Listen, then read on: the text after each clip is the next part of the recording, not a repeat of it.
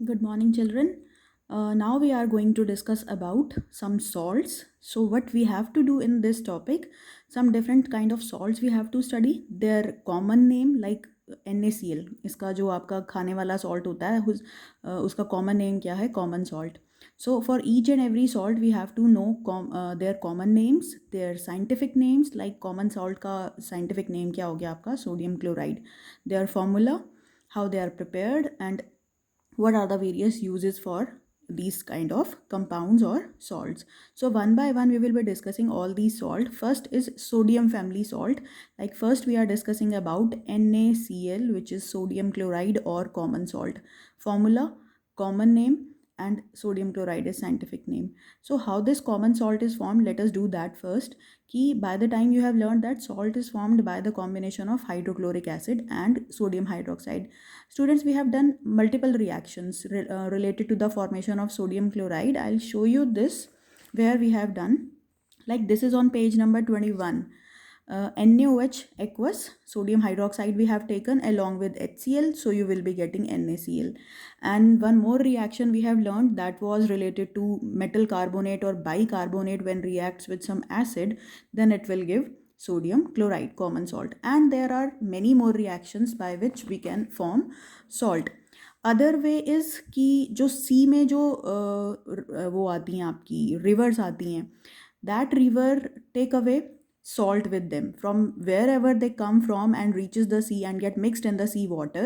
They bring salt along with that water, so that salty water, that salt get deposited in the beds of sea and then will be collected as sea salt, rock salt जिसको हम बोल देते हैं, तो उसकी form में वो हमें मिल जाता है. तो दिस ऑल यू नो कि सॉल्ट कैसे मिलता है. पिट्स बना देते हैं हम, उसमें से वाटर इवेपोरेट होता रहता है धीरे धीरे, और उन पिट्स के अंदर जो सॉल्ट है वो कलेक्ट होना शुरू हो जाता है या लेटर ऑन हार्डन होना शुरू हो जाता है, तो हम उसको माइन कर लेते हैं just like coal.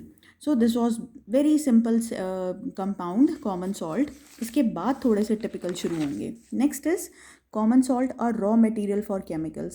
Means it is the starting material for various kind of materials, various kind of chemical substances. Like from starting from this, we can prepare many kind of compounds in daily life that we use in daily life, like sodium hydroxide, baking soda, washing soda, bleaching powder, and many more. And common salt, one common use of common salt is कि we use it in kitchen. Another use that you have learnt in your junior class is also कि it can be used as preservative, like in the case of microorganism, कि microorganism water में, moisture में food को क्या कर देते हैं, spoil कर देते हैं. तो क्या होता है, हम सॉल्ट ऐड कर देते हैं. सॉल्ट एक प्रिजर्वेटिव की तरह हम यूज़ करते हैं. Like in the case of pickles, you dry mango pickles, mango cut pieces, and then pour या sprinkle lot of salt so that water get removed from this mango stuff, और जो भी आपका डिहाइड्रेशन प्रोसेस है वो हो जाता है, और मैंगो पिकल जो होता है that can be use for long time. So this is how this was all about kitchen. I don't want to get into that. Leave this kitchen matters. So next is sodium hydroxide. Sodium hydroxide, this is very important topic कि sodium hydroxide को हम क्या बोलते हैं, caustic soda daily use में, daily life में. और ये बहुत बढ़िया ड्रेन क्लीनर है. मैंने आपको लास्ट टाइम भी पहले भी बताया हुआ है कि ड्रेन एक्स करके, क्लीन एक्स करके वो हमारे पास पाउचेज़ आते हैं, हम मार्केट से लेकर आते हैं, जिससे हम ड्रेन्स को क्लियर करते हैं. क्योंकि sodium hydroxide anti greasing agent होता है. एंटी ग्रीस तो आपको पता ही होगा, ऑयली जो भी कंटेंट होता है उसको ग्रीस बोल देते हैं हम. ग्रीसी पार्टिकल हो गया या चिकनाई जो भी हो गई, तो बेसिकली उसी को हम ग्रीस बोलते हैं. वो ग्रीस को अब आप वैसे भी रिलेट कर सकते हो कि जो साइकिल में या व्हीकल के अंदर यूज़ होती है, वो भी वही ग्रीस ही है. तो एंटी डी ग्रीजिंग एजेंट होता है. तो this sodium hydroxide is actually, it's common name is caustic soda and its formula is NaOH. This is very important. Sodium hydroxide is very important, I am telling you again. So let us read how it is prepared and where it is used. So first we are going to discuss about its preparation process. The process by which it is prepared, this is called as chlor-alkali process. Why it is called chlor-alkali process? Because during the preparation of sodium hydroxide, we get chlor, means chlorine, and alkali. Alkali means water soluble base that we have discussed. So here what is alkali? Here sodium hydroxide, because it has OH. So this is alkali, and since it is water soluble, so this is alkali. So NaOH आपको alkali मिल रहा है और chlorine मिल रहा है. That is why this process is called as chloralkali process. And to carry out this process, we need some special kind of cells, special kind of equipments, or you say containers we need. But that is not up to in your syllabus, in your 10th syllabus. वो हम skip कर देते हैं, उसकी कोई ज़रूरत नहीं है. तो हमें basic process पे बस focus करना है कि when electricity is passed through an aqueous solution. Aqueous, you know that कि any solution made with the help of water, that is aqueous solution of sodium chloride called as brine. Brine क्या है? Sodium chloride को, नमक को, common salt को if you add in water और आप properly mix करके उसका एक सॉल्यूशन बनाते हो, then that solution is called as brine, which is actually aqueous solution of sodium chloride. Now what you do, you pass electricity from that solution for some time and let it decompose. When it decomposes, it gives you out sodium hydroxide along with these two things. Now what is the basic criteria, what is the basic process that actually takes place during this reaction? Let us analyze that. If one word reaction comes in your exam, like write chloralkali process, then you can write this is sufficient. But if it comes in 3 marks question, then you must write anode and cathode reaction and the whole process that I am going to show you just now. So this is what I have done. A container, a special container that we have taken, need not to remember its name. Here what we have placed, we have set up 2 electrodes, anode and cathode. Anode is obviously what? The metallic rod or the rod of graphite piece that is connected to positive terminal of the battery, and negative terminal is connected to this rod, which is termed as cathode. So cathode becomes the one which is connected to negative terminal. In this year board also a question came like what is the composition of anode and cathode, कि anode और cathode actually बने किसके होते हैं, होती क्या हैं ये rods. तो many students wrote कि they are positive and negative rods. वो नहीं पूछा कि वो बनाए कैसे हैं, वो rod connect कैसे करें. The composition of these rods are graphite actually, or any other metallic sample. So next is the process. Let's come to that part. Brine we have taken, means NaCl and H2O solution we have taken. The moment you mix, they start getting ionized. ये sodium chloride जल्दी ionize होगा as compared to water. Electricity pass हो रही है तो ionization process चलता रहेगा. Aqueous बना क्योंकि water के अंदर है.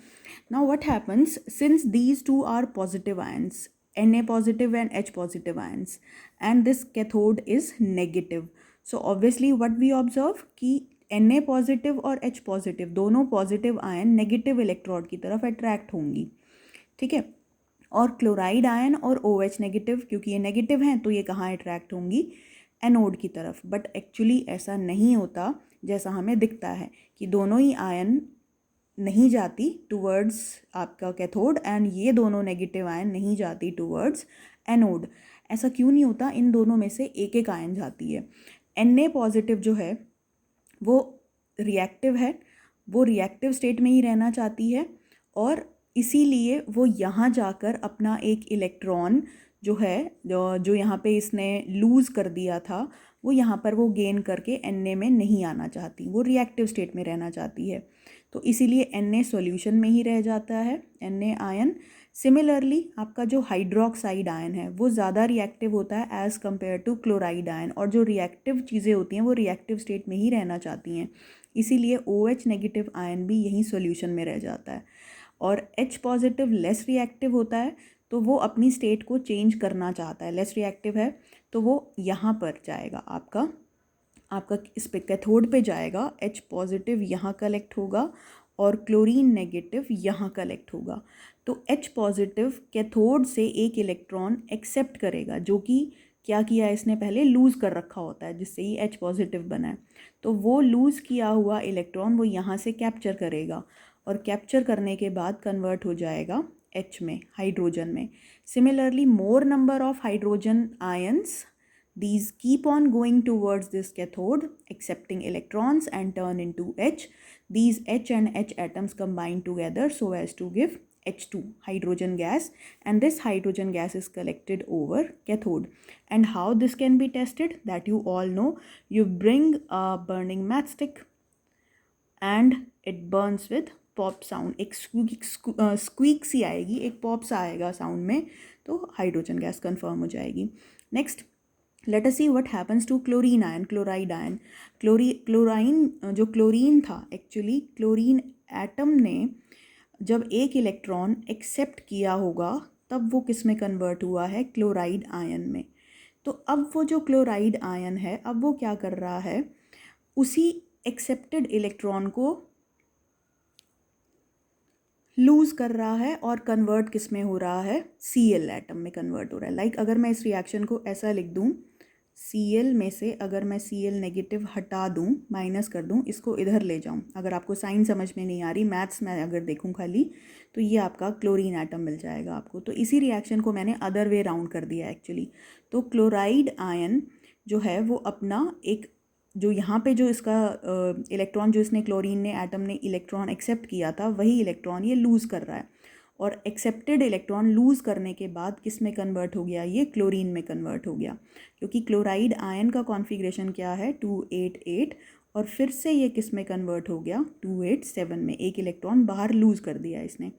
तो यहाँ पर आपका एनोड के ऊपर क्लोरीन डिपॉजिट होना शुरू हो जाएगा. More and more number of chloride ion undergoes this same process and chlorine plus chlorine atoms combine together so as to give this chlorine gas. This is green coloured gas. और इसके पास अगर आप कोई भी लिटमस पेपर वगैरह लेकर आते हो तो उसका कलर थोड़ा सा फेड हो जाएगा, क्योंकि क्लोरीन का थोड़ा ब्लीचिंग एक्शन होता है.